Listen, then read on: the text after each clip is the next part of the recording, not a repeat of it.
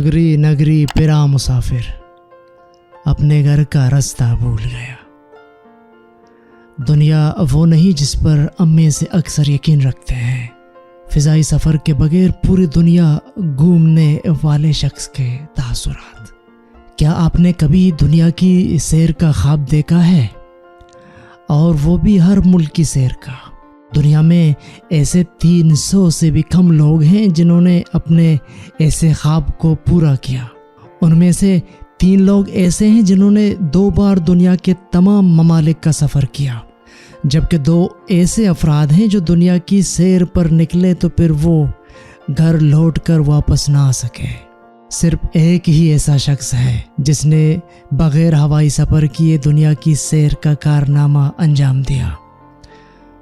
Once upon a saga website پر Denmark کے باشندے نے اپنا تعارف پیش کرتے ہوئے کہا ہے کہ میرا نام تھوربجورن سی پیڈرسن ہے، جو کسی مسافر کے لیے انتہائی غیر موزوں نام ہے، لیکن اس بات نے مجھے کبھی نہیں روکا۔ آپ مجھے تھار کہیے۔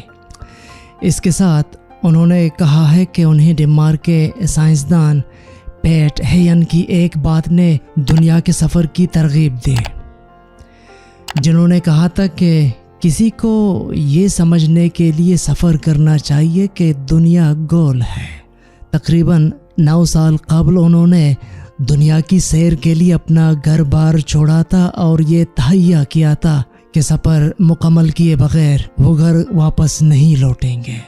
انہوں نے ایک آسان سا اصول بنا لیا تھا کہ وہ کسی بھی ملک میں کم از کم 24 گھنٹے گزاریں گے اور ہوائی جہاز سے سفر نہیں کریں گے۔ وہ زمین یا پانی کے راستے دنیا بھر کا سفر کریں گے۔ انہوں نے ویب سائٹ پر لکھا ہے کہ میں نے طے کیا تھا کہ میں کسی ایک جگہ سے دوسری جگہ تک جانے کے لیے نہ کوئی کار خریدوں گا، نہ کرائے پر لوں گا، اور ڈرائیور تو بالکل نہیں رکھوں گا۔ اس طرح میں اس بات کو یقینی بناؤں گا کہ مجھے مقامی لوگوں اور مسافروں کے ساتھ کافی وقت گزارنے کا موقع ملے، اور یہ دنیا کو دیکھنے کا ایک انوکھا طریقہ ہوگا۔ 203 ممالک کا سفر۔ بہرحال انہیں پوری دنیا کے تمام ممالک کا سفر کرنے میں 3512 دن لگے۔ اس دوران انہوں نے پیدل، کار، بس، ٹرین اور کشتی کے ذریعے سفر کیا۔ طاہر کا کہنا ہے کہ انہوں نے 203 ممالک کا دورہ کیا، اور ان کی اپنی فہرست میں متنازع علاقے بھی شامل ہیں۔ انہوں نے بتایا کہ ان کی مہم جوئی 10 اکتوبر 2013 کو صبح 10:10 پر شروع ہوئی، اور ان کا اندازہ تھا کہ یہ سفر سن 2018 تک ختم ہو جائے گا، لیکن انہیں اسے پورا کرنے میں توقع سے 5 سال زیادہ لگے۔ مئی 2023 میں وہ بحر ہند کے جزیرہ نما ملک مالدیپ پہنچے۔ یہ ان کی فہرست میں شامل آخری ملک تھا، اور ان کا ارادہ تھا کہ وہ اس نئے ملک کا خوب لطف اٹھائیں گے، کیونکہ وہ آخری بار کوئی نیا ملک دیکھ رہے ہوں گے۔ وہ جون تک اسی ملک میں کوڑے کے ڈھیر سے بنے جزیرے تیلافوشی پر موجود تھے، اور وہیں سے انہوں نے BBC ورلڈ سروس کے BBCOS پروگرام سے بات کی۔ ان کے انٹرویو کا اقتباس یہاں پیش کیا جا رہا ہے۔ 2 شادیاں۔ آپ کے سفر کی سب سے یادگار چیز کیا تھی؟ بہت ساری چیزیں۔ پہلی بار شادی کرنا، پھر دوسری بار شادی کرنا، پہلی بار ایک راکٹ کو خلا میں چھوڑے جاتے ہوئے دیکھنا اور یہ محسوس کرنا کہ یہ پہلا موقع تھا جب میں نے کسی بھی چیز کو کرۂ ارض سے نکلتے دیکھا تھا۔ یہ ایک بہت عظیم لمحہ تھا۔ کنٹینر کے جہاز پر طوفان میں گر جانا، ویل مچھلی کو چھلانگ لگاتے دیکھنا، سوڈان میں شادی میں مدعو کیا جانا، وغیرہ وغیرہ۔ شادی کے بعد بیوی سے ملاقات کا وقت کیسے نکالتے تھے؟ یہ کتنا پیچیدہ تھا۔ وہ دنیا بھر میں 27 بار مجھ سے ملنے آئے۔ لیکن سب سے مشکل دور وہ تھا جب میں وبائی امراض کے دوران ہانگ کانگ میں 2 سال تک پھنسا رہا تھا۔ ہانگ کانگ میں پابندیوں پر کافی سختی سے عمل کیا جا رہا تھا۔ میں کسی بھی بحری جہاز پر نہیں جا سکا، اور جن ممالک میں مجھے جانا تھا ان میں سے بیشتر نے اپنی سرحدیں بند کر رکھی تھے، اور میری بیوی ہانگ کانگ میں مجھ سے ملنے نہیں آ سکتی تھے۔ ہم نے تب تک شادی نہیں کی تھی اور میں وہاں کا رہائشی نہیں تھا، تو مجھے اس کا حل تلاش کرنا پڑا۔ پھر کسی طرح میں نوکری حاصل کرنے میں کامیاب ہو گیا اور ایک عارضی رہائشی بن گیا، اور ہم یوٹا میں ایک ایجنسی کے ذریعے آن لائن شادی کرنے میں کامیاب ہوئے۔ اس طرح شادی ڈنمارک میں قابل قبول شادی نہیں تھی، لیکن یہ ہانگ کانگ کی بات تھی جہاں یہ میرے لیے کاغذی کارروائی کرنے اور ویزا بھیجنے کے لیے کافی تھے۔ اس طرح وہ وہاں آنے کے قابل ہوئے اور ہم نے تقریباً 100 دن ایک ساتھ گزارے۔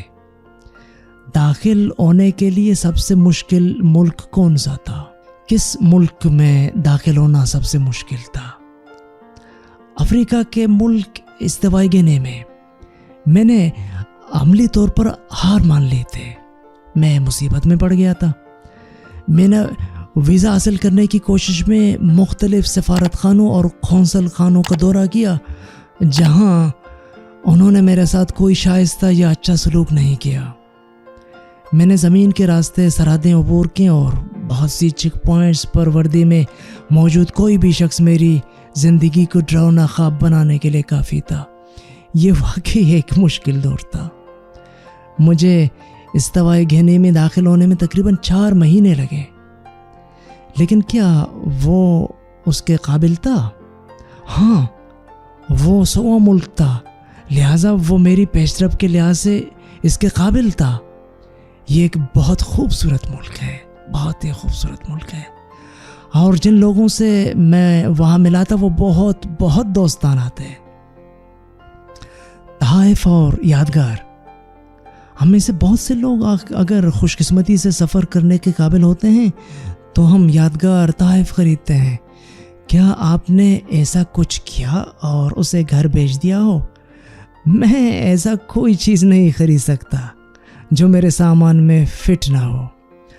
عام طور پر میں تحائف نہیں خریدتا، کیونکہ مجھے انہیں کم از کم اس وقت سنبھالنا پڑتا جب تک کہ کہیں میری اہلیہ مجھ سے ملنے نہیں آتے کہ وہ انہیں اپنے ساتھ گھر لے جائے۔ لیکن میں نے پوری دنیا سے کچھ یادگاریں جمع کی ہیں، اور لوگوں نے مجھے بہت سے تحائف بھی دیے ہیں۔ لوگ واقعی مہربان اور فیاض ہیں، بہت۔ جیسا کہ میں ڈینش ریڈ کراس کی خیر سگالی کا سفیر ہوں، اس لیے میں نے تقریباً 190 ممالک میں ریڈ کراس والوں سے ملاقات کی۔ انہیں کافی کے کپ دینے کی عادت ہے، اس لیے 10 ریڈ کراس کے دوروں کے بعد میرے پاس ریڈ کراس کے 10 کپ تھے جن کے ساتھ میں سفر کر رہا تھا۔ جب آپ طیاروں کو اوپر سے اڑتے ہوئے دیکھتے تھے تو کیا آپ نے کبھی سوچا کہ ارے یہ تو چیزوں کو بہت آسان بنا دیتا؟ بالکل۔ آپ نہیں جانتے کہ میں نے کتنی ہی بار ایک طویل اور انتہائی غیر آرام دہ بس کا سفر کیا۔ اس وقت میں نیلے آسمان کی طرف دیکھتا تو کسی ہوائی جہاز کو دیکھ کر سوچتا کہ میں اپنی زندگی کے ساتھ کیا کر رہا ہوں۔ میرا سب سے طویل بس کا سفر 56 گھنٹے کا تھا۔ مجھے نہیں معلوم کہ کیا آپ تصور کر سکتے ہیں کہ اس طرح کے سفر کے بعد آپ کو کتنی تکلیف ہوتی ہے۔ اکتاہٹ کا شکار اور گھر جانے کی خواہش۔ اتنے طویل عرصے میں کیا آپ کبھی اکتاہٹ کا شکار ہوئے؟ بالکل، میری بھی اپنی ایک حد تھی۔ سچ کہوں تو میں 2015 ہی سے ڈنمارک واپس جانے کا خواہش مند رہنے لگا، لیکن میں نے اپنے لیے ایک ہدف مقرر کر رکھا تھا، اور میں ایسا کچھ کرنے کی کوشش کر رہا تھا جو پہلے کبھی کسی نے نہیں کیا تھا، بالکل نہیں کیا تھا۔ میں نے سوچا کہ یہ بہت اہم ہے، اور مجھے امید تھی کہ میں جو کچھ کر رہا ہوں اس سے لوگ حوصلہ اور ترغیب حاصل کر سکتے ہیں۔ اس لیے میں اپنے ہدف کے حصول کے لیے لڑتا رہا۔ سن 2019 میں واقعی تک کیا تھا، اور میرے پاس جانے کے لیے بہت سے ممالک بھی نہیں رہ گئے تھے، اور پھر وبائی بیماری پھیل گئی جس نے مجھے مزید 3 سال پیچھے کر دیا۔ تو اب میں گھر جانے کے لیے تیار اور بےتاب ہوں۔ جب طاہر نے تقریباً 1 دہائی قبل اپنا گھر چھوڑا تھا تو وہ اس بات سے بالکل بے خبر تھے کہ ان کی اس طرح کی مہم جوئی کا مقصد کیا ہے۔ مقصد مل گیا، لیکن دوران سفر انہیں ان کا مقصد مل گیا۔ وہ اپنی ویب سائٹ پر کہتے ہیں، اس سے پہلے کسی نے ایسا نہیں کیا تھا۔ کچھ نیا کرنا دلچسپ اور پرکشش ہوتا ہے، اور یہ پتہ چلتا ہے کہ بہت سے لوگوں کے لیے تحریک اور ترغیب کا ذریعہ ہوگا۔ مجھے ڈینش ریڈ کراس کے خیر سگالی کے سفیر کے طور پر سفر کرنے کا اعزاز حاصل ہوا۔ زیادہ تر لوگوں کی طرح میں بھی اس کے بارے میں بہت کم جانتا تھا، لیکن دنیا بھر کے رضاکاروں کی بات سن کر میں حیران تھا۔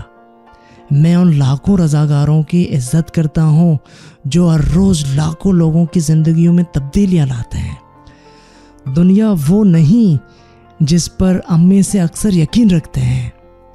مین اسٹریم میڈیا ہمیں سنسنی خیز والا حصہ دکھاتا ہے۔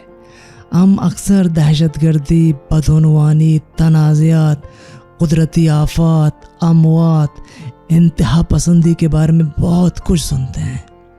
اگرچہ یہ دنیا پوری طرح ٹھیک نہیں، لیکن خوش قسمتی سے میں نے دریافت کیا کہ یہ کچی ہے، اور ہم جن لوگوں کے ساتھ اس سیارے کو شیئر کرتے ہیں ان میں سے زیادہ تر اچھے لوگ ہیں۔ کچھ لوگوں کے لیے سیاست اور مذہب اہم ہیں، لیکن میں نے اکثر پایا کہ 5 چیزیں، خاندان، کھانا، موسیقی، کھیل اور موسم کے بارے میں بات کرنا بہت زیادہ اہم ہے۔ دنیا کے ہر ملک کو یہ حاصل ہے کہ اسے دنیا کے بہترین ممکنہ ملک کے طور پر دیکھا جائے۔ آپ کم بجٹ میں بھی سفر کر سکتے ہیں۔ کبھی کبھی ایسا لگتا ہے کہ کم بجٹ میں رہنا اذیت ناک ہے۔ کبھی کبھی مجھے اچھے بستر، زیادہ عیش و عشرت اور ایک بھرپور رسیلے اسٹے کی خواہش ہوتی ہے، لیکن میں اپنے بجٹ پر قائم ہوں، کیونکہ بہت سے لوگوں کے مطابق ان کے خواب وقت یا پیسے کی کمی یا دونوں کی وجہ سے شرمندہ تعبیر نہیں ہو پاتے۔ آپ کو اپنا وقت خود بنانا ہوگا، لیکن یہ پروجیکٹ ظاہر کرتا ہے کہ آپ کو سفر کرنے، ثقافتوں کو دریافت کرنے اور نئے دوست بنانے کے لیے کروڑ پتی ہونے کی ضرورت نہیں۔ آخر میں طاہر تجسس اور حیرت کے سمندر میں غرق تھے، کیونکہ انہوں نے یہ دریافت کر لیا تھا کہ دنیا کتنی حیرت انگیز اور اس میں کتنا کچھ سیکھنے کے لیے ہے۔ اس کے علاوہ ایک کہاوت ان کے لیے ہمیشہ ہی باعث کشش رہی کہ ایک اجنبی ایسا دوست ہے جسے آپ ابھی تک نہیں ملے، کون جانے میں کل کس سے ملوں۔